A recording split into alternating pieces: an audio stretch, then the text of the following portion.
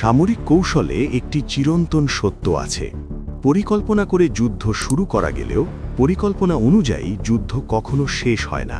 পরাশক্তিগুলো, বিশেষ করে ট্রাম্প ও নেতানিয়াহু জুটি ভেবেছিল ইরানে কয়েক দফা হামলাতেই হয়তো ক্ষমতার পালাবদল ঘটবে এবং কয়েক সপ্তাহেই যুদ্ধ শেষ হয়ে যাবে। কিন্তু বাস্তবতা সম্পূর্ণ ভিন্ন। রোমান সাম্রাজ্য থেকে শুরু করে আধুনিক পরাশক্তি, ইতিহাস বারবার একটি নির্মম সত্যই দেখিয়েছে। ইরানকে হয়তো আঘাত করা যায়, কিন্তু তাকে দখল করে রাখা প্রায় অসম্ভব। কেন ২৫০০ বছরের এই প্রাচীন ভূখণ্ড আজও অদম্য? আজকে আমরা সেটাই খুঁটিয়ে দেখার চেষ্টা করব।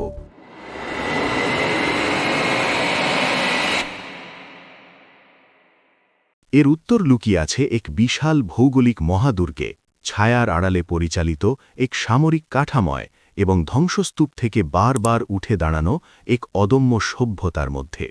ইরান কোনো সাধারণ দেশ নয়, এটি প্রকৃতির তৈরি এক দুর্ভেদ্য দুর্গ।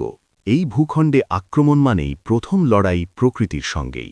পশ্চিমে জাগ্রস পর্বতমালা, উত্তরে আলবর্জ, হাজার হাজার মাইল জুড়ে বিস্তৃত এই দুর্গম পাহাড়ি অঞ্চল যে কোনো আক্রমণকারী বাহিনীর জন্য এক দুঃস্বপ্ন। ভারী ট্যাঙ্ক, গোলাবারুদ সবকিছুই এখানে হয়ে ওঠে বোঝা। আর আকাশপথের আধিপত্য, সেটাও এখানে সীমিত। কারণ ইরান তাদের সামরিক ঘাঁটি ও মিসাইল স্থাপন করেছে পাহাড়ের গভীরে, মাটির শত শত ফুট নিচে। যদি কেউ এই পাহাড় পেরিয়েও আসে, তবে অপেক্ষা করছে আরও ভয়ঙ্কর ফাঁদ। দাশত-এ-কবির, দাশত-এ-লুত, বিস্তীর্ণ উত্তপ্ত জনমানবহীন মরুভূমি, যেখানে প্রকৃতি নিজেই শত্রুকে গ্রাস করে। এই নির্মম পরিবেশেই ব্যর্থ হয়েছিল আমেরিকার অপারেশন ইগল ক্ল। কিন্তু ইরানের সবচেয়ে কৌশলগত শক্তি লুকিয়ে আছে দক্ষিণে, পারস্য উপসাগর এবং হরমুজ প্রণালী। বিশ্বের প্রায় ২০% জ্বালানি তেল এই সংকীর্ণ জলপথ দিয়ে প্রবাহিত হয়। মাত্র ৩ কিলোমিটার চওড়া এই পথ, যেখানে প্রতিটি চলাচল নিয়ন্ত্রিত, প্রতিটি ভুল মারাত্মক।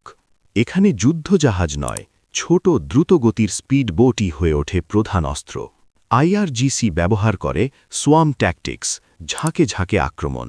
অসংখ্য ছোট নৌযান একসঙ্গে ছুটে গিয়ে বিশাল যুদ্ধজাহাজকেও ঘিরে ফেলে। আর পানির নিচে লুকিয়ে থাকে অদৃশ্য মৃত্যু। কন্ট্যাক্ট মাইন, ইনফ্লুয়েন্স মাইন নিঃশব্দে অপেক্ষা করে সঠিক মুহূর্তের জন্য। শুধু কয়েকশো মাইনই যথেষ্ট বিশ্বের সবচেয়ে শক্তিশালী নৌবাহিনীকে থামিয়ে দিতে। ইরানের সামরিক শক্তি শুধু অস্ত্রে নয়, তার কাঠামোতেও। দুটি সমান্তরাল বাহিনী, সাধারণ সেনাবাহিনী এবং আইআরজিসি, এই দ্বৈত কাঠামো আক্রমণকারীকে করে তোলে বিভ্রান্ত, অনিশ্চিত। আর কুদস ফোর্স মধ্যপ্রাচ্যের বিভিন্ন অঞ্চলে গড়ে তুলেছে এক বিস্তৃত প্রভাব বলয়, ছায়ার আড়ালে পরিচালিত এক দীর্ঘস্থায়ী কৌশল।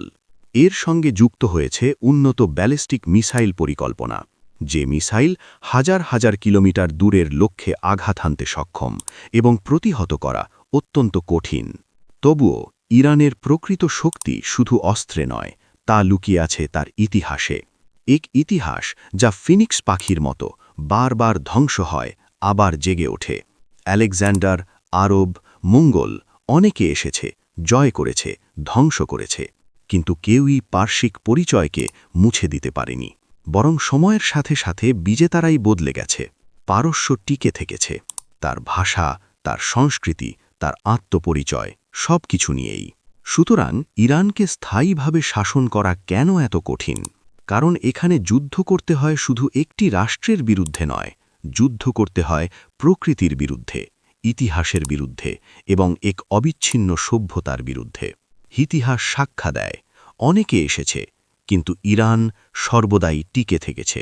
সব গল্প আলো দিয়ে শুরু হয় না। কিছু গল্প জন্ম নেয় অন্ধকারে।